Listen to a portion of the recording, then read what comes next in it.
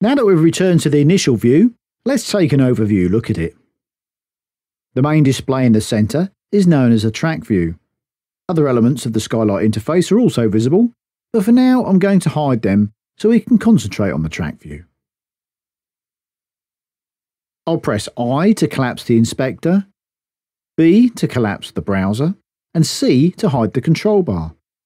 These three shortcuts, along with a few others, are the secret to making the program fast and efficient to use, as we'll see shortly. Now let's take a closer look at the track view itself. This is the main view within Music Creator 6 and is the only one that cannot be closed. If you close this view, the project closes. It's divided into four main areas: the clip pane, the bus pane, the track header, and the bus header.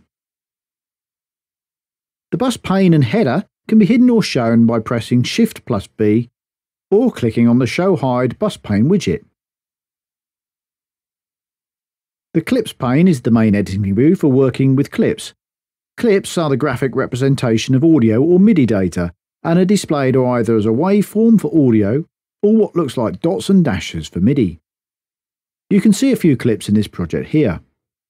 We'll look at working with clips later. Just to the left of that is the track header pane. Here is where track controls are found, and again we'll look at those in more detail shortly. The bus pane is similar looking to the clips pane, but doesn't hold clips at all. The bus header pane is also very similar to the track pane, except it holds the controls for any buses that you have inserted in the project. In this default template, there's just a master bus, but more can be added as required, up to a total of 8. A bus is similar to a track, but can't be recorded into or hold clips. Instead, it's an output for one or more audio tracks, either directly or as a send.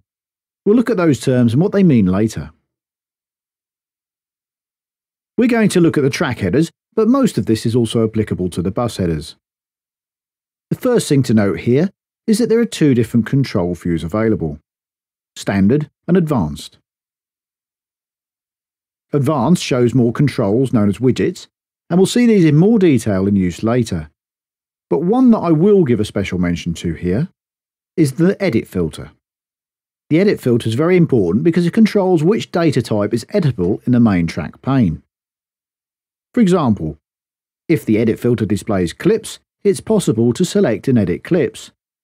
Change it to another data type, such as an envelope, and it displays that data type ready for editing. We'll see this in use throughout future videos. At the very top of the window is the main standard Windows style menu with various functions and commands for working with the program. The track view also has its own menu that contains commands and options that relate directly to the track view and its contents. We'll look at these menus, commands and options as we need them. Along the top of the view is a time ruler. This represents time running from left to right and can be displayed in several different formats. To change the format, right-click in the lower half of it and select Time Ruler Format from the context menu. Choose from measures, beats, ticks, hours, minutes, seconds, frames, samples or milliseconds. When a project plays back, it is always playing back at a single current point. This point is known as the now time, and a vertical line scrolls from left to right to show the exact position of the now time as it plays back. The now time can also be displayed as a numeric at the top of the track header. To display it here, right-click and select the format required.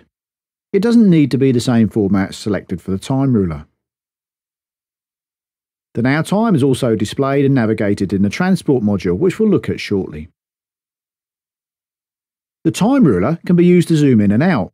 Left-click and drag up or down in the top half of the ruler and zoom as required. Hold Shift down and click-drag left or right to scroll using the time ruler. Right-click and drag up or down to zoom track heights up and down. While we're looking at zooming, there's also widgets at the bottom right of the view and keyboard shortcuts of the Control key plus cursor keys. Markers can also be inserted in the time ruler by right-clicking in it and choosing that option from the menu. Markers are helpful for marking points in a project such as the start of choruses or verses in a song. They can be named and drag moved to a different position. To edit or delete a marker, move the cursor over it until the graphic becomes just an outline, and then either right-click to edit, press the delete key on the keyboard to delete it. There's also a dedicated marker view where they can also be managed from. Press Alt plus Shift plus 4 or select it from the main Views menu. Tracks and buses can be added to a project by right-clicking in the relevant header area and choosing to insert the type of track or bus required. A track template is just a track that has been set up how you want it and then saved. There are several already included, but all you need to do to make your own is right-click on a track header and select Save as Template. Make all the adjustments you need first though. It's also possible to put tracks into folders. These are inserted from the header right-click menu in a similar way to tracks. They can be useful for grouping instruments such as drums for example, and once in a folder, actions such as mute, solo and arm for recording can be applied all at once from the folder header. Tracks can be added to a folder by selecting that option from the right-click menu, or drag and dropping them into it. Right-click over a track brings up a context menu for further track or bus control. We'll look at some of these in future videos.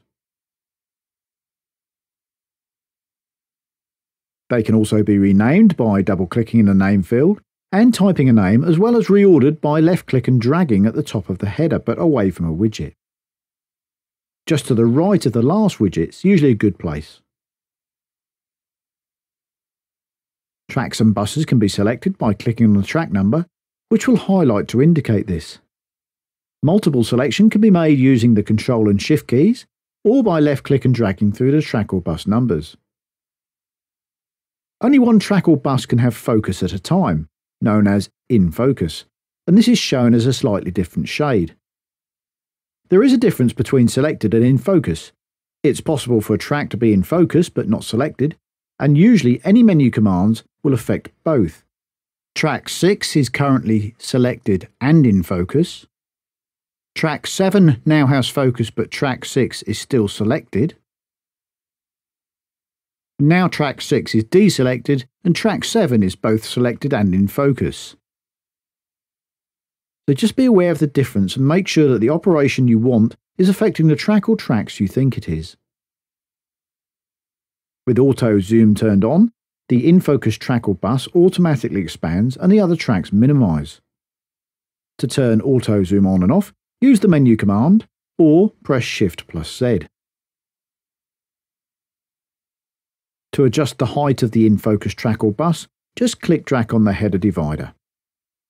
The other heights can also be adjusted, but they all respond as one. With auto zoom off, each individual track or bus height can be adjusted by click dragging on the divider bar. Multiple tracks can be adjusted to the same height at once by selecting the tracks and holding the Shift key while adjusting. Another great trick is to double-click within the header, which will maximise or restore the track or bus height. This only works with auto zoom off though. The width of the header can be adjusted as well. Just click drag on the dividing bar. A couple of other panes are usually hidden, but can be shown if required.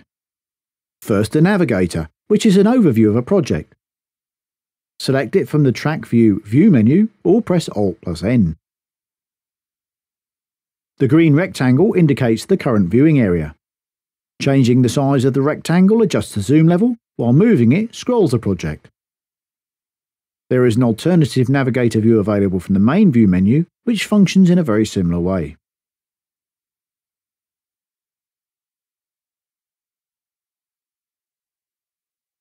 There's also a video pane which can be shown or hidden by either pressing V or selecting it from the view menu.